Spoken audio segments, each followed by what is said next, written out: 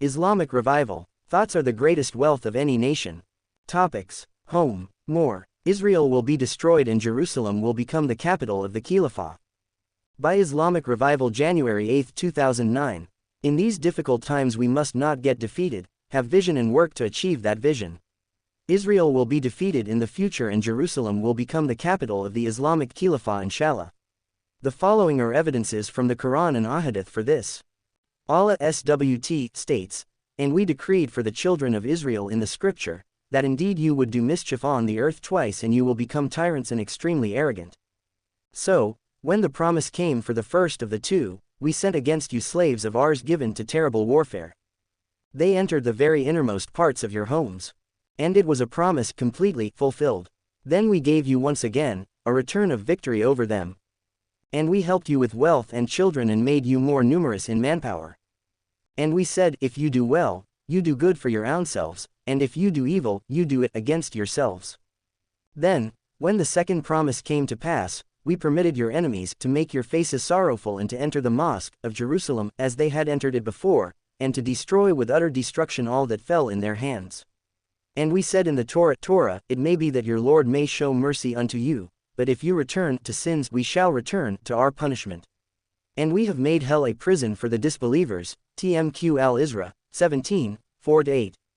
The indication in this verse that the second promise of Allah SWT, which will come to pass, refers to the destruction of Israel is where it says, to make your faces sorrowful and to enter the mosque of Jerusalem as they had entered it before. The Muslims opened Jerusalem to Islam under the rule of the second Caliph Umar ibn al-Khattab. The Islamic State ruled it with justice for hundreds of years. Even though it was captured by the Crusader Christians for a number of years, it was never captured by the Jews previous to the formation of the State of Israel.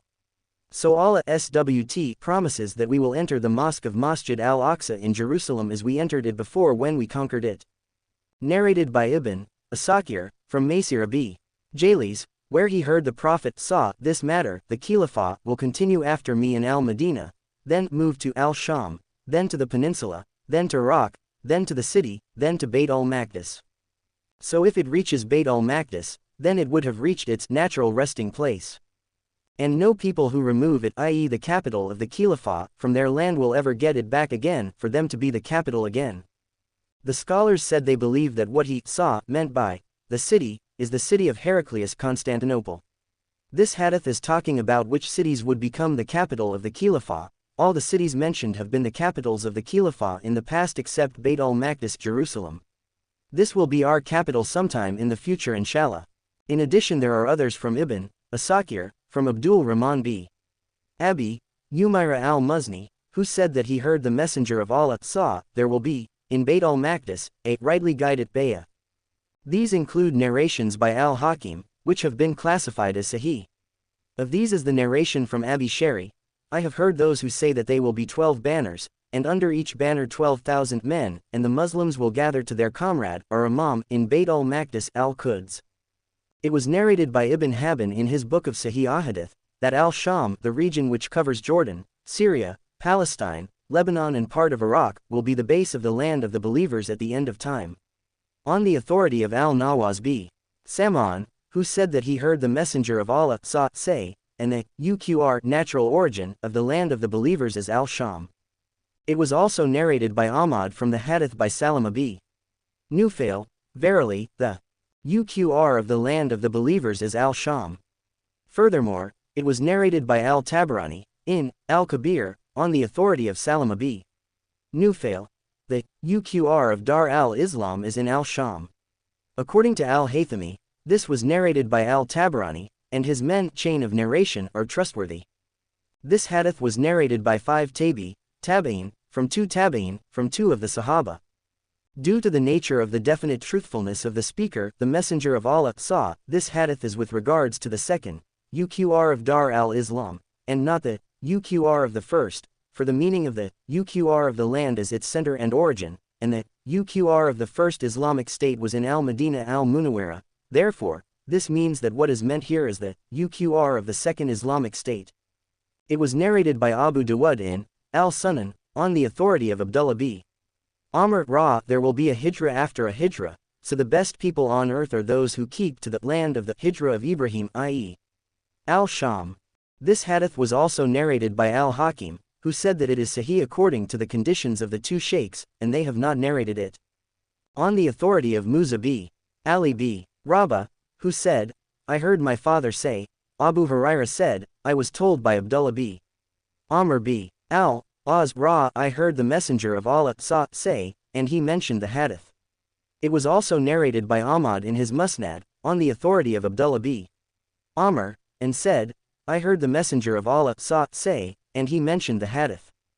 This hadith was narrated by at least 5 tabi'in, from 3 tabi'in, from 2 sahaba. It indicates that there will be a hijra emigration to Al-Sham after the hijra to Al-Madinah.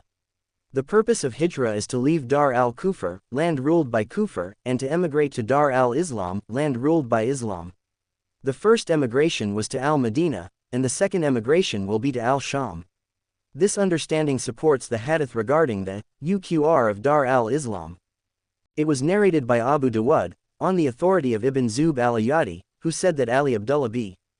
Hawala al-Azdi came to him and said, the Messenger of Allah sent us to seek booty on foot, so we returned and did not find anything, and he could see the exhaustion in our faces, so he stood up and said, O Allah, do not leave them for me, where I would be too weak for them, and do not leave them to themselves, where they would be too weak for themselves, and do not leave them for the people, where they would keep the good from them, keeping it for themselves. Then he placed his hand on my head, or he said, on my forehead, O Ibn Hawala, if you see that the Khilafah has come to the sacred land Al-Quds, then the earthquakes, the troubles, and the great happenings have come, and the hour on that day is nearer to the people than my hand here on your head.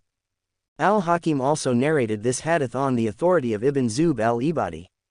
He declared that this hadith has an authentic chain of narrators, and it was not narrated by the two sheikhs.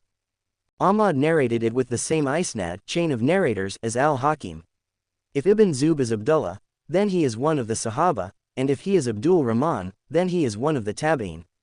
Therefore, this hadith was narrated by 2 Sahaba if he is the first, Abdullah, or one of the Sahaba if he is the second, Abdul Rahman, and one of the Tabi'in if he is the first, or 2 of the Tabi'in if he is the second, and 3 Tabi'in in both cases.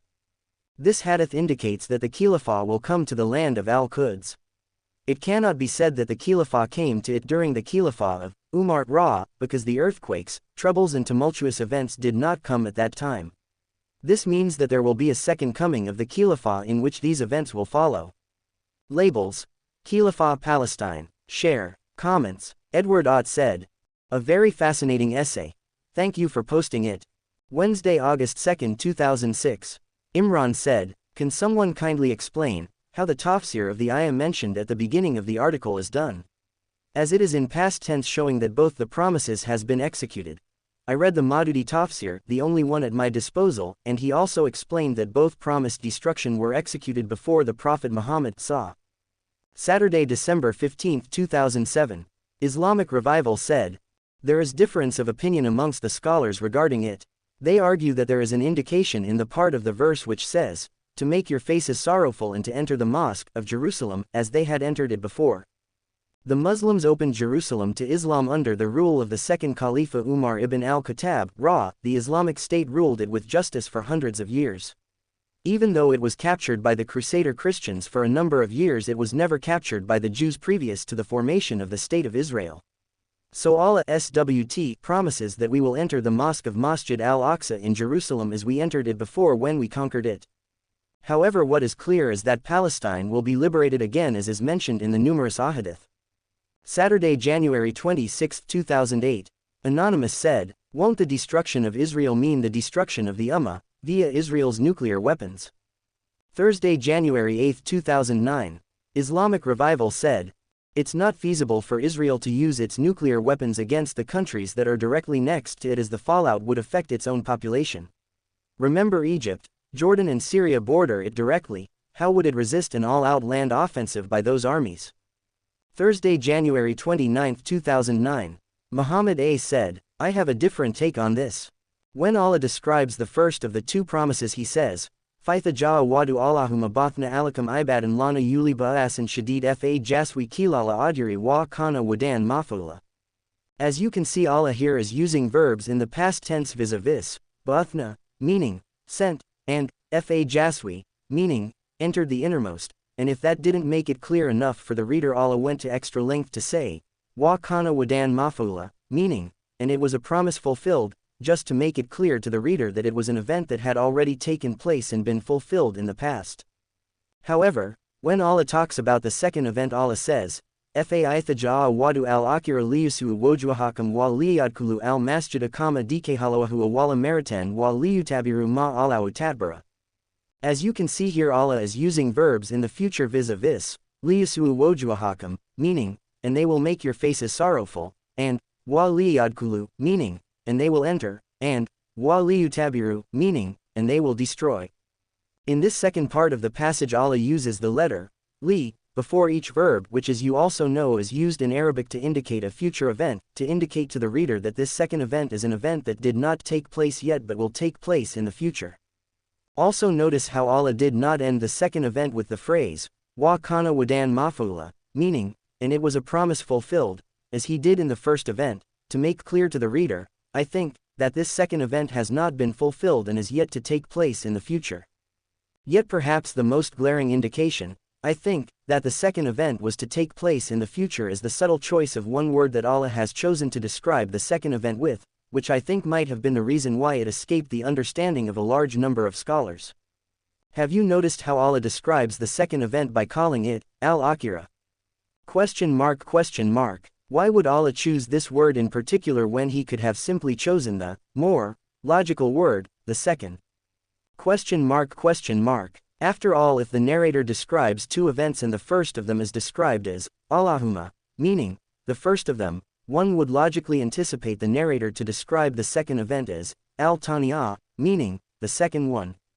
But instead Allah used the word al-Akhirah, meaning the last one, and also means the end times, even though he continues on and says, Wa en audtum audna, meaning, and if you return with your wickedness and corruption, we will return with our punishment.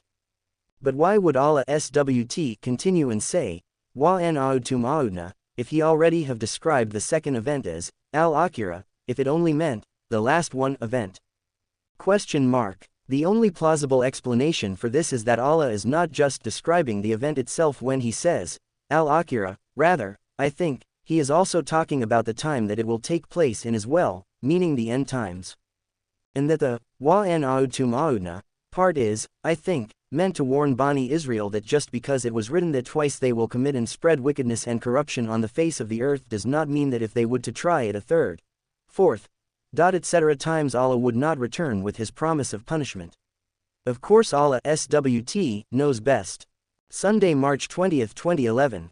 Islamic Revival said, Jazakallah khair brother for your excellent elaboration.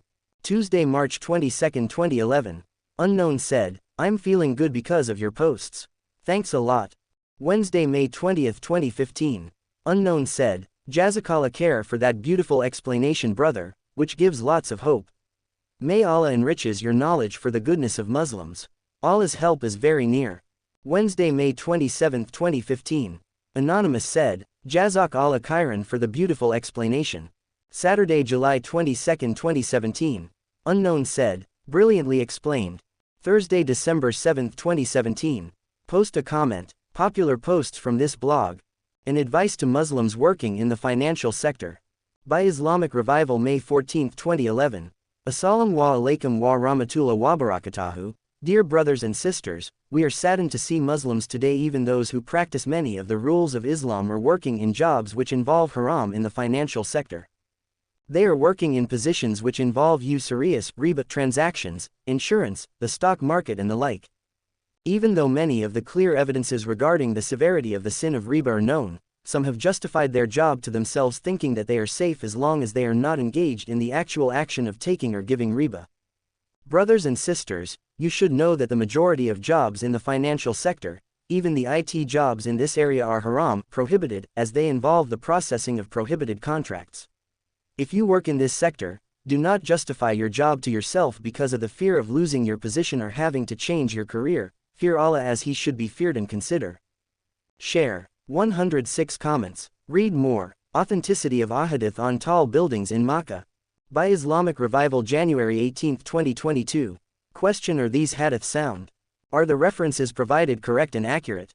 When you see the belly of Makkah will be cleft open and through it will be dug out river-like passages, i.e. tunnels, or water in the road to Makkah, and you see the buildings surpass its mountains, then take care, or beware, or a variant has, then know that the matter is at hand, or then understand that the time of trial, Judgment Day, is near at hand. Narrated by al-Azraqi in the Book of Reports about Makkah, Kitab Akbar Makkah, Hadith 1725. A specific hadith, in fact several related hadiths, which prophesizes about this tower. Itharidan Mecca Buiyat Kathima, wa Yatasawa Bunyanu Harus Ajibaliha, Faqad Athalati Isaatu. When you see Mecca, its mountain with holes pierced through them, and its buildings reach its mountain tops, then As-Sa'a, the hour, has already cast its shadow. Suyuti, so when you see in Makkah that channels have already been dug, or tunnels be. Share, post a comment, read more, Q&A, Age of Separating Children in the Beds. By Islamic Revival February 28, 2007. Question. Please explain the hukam regarding separation of children in their beds. At what age is separation an obligation upon the parents? Also, can a parent sleep in the same bed as their child? Answer. 1. With regards to separating children in their beds, it is clear that the separation which is obligatory is when they reach the age of 7 and not since their birth. This is due to the hadith reported by Darqutni and al-Hakim from the Messenger Sa, who said, "When your children reach the age of 7 then separate their beds, and when they reach 10 beat them if they do not pray their salah." This is also due to what has been narrated by al-Bazar on the authority of Abi Rafi, with the following wording, "We found in a sheet near the Messenger of Allah Sa, when he died, on which the following was written, separate the beds of the slave boys and girls and brothers and sisters of 7 years of age." The two hadiths are texts on the separation of children when they reach the age of 7. As for the share, 16 comments, read more, archive, subscribe by email.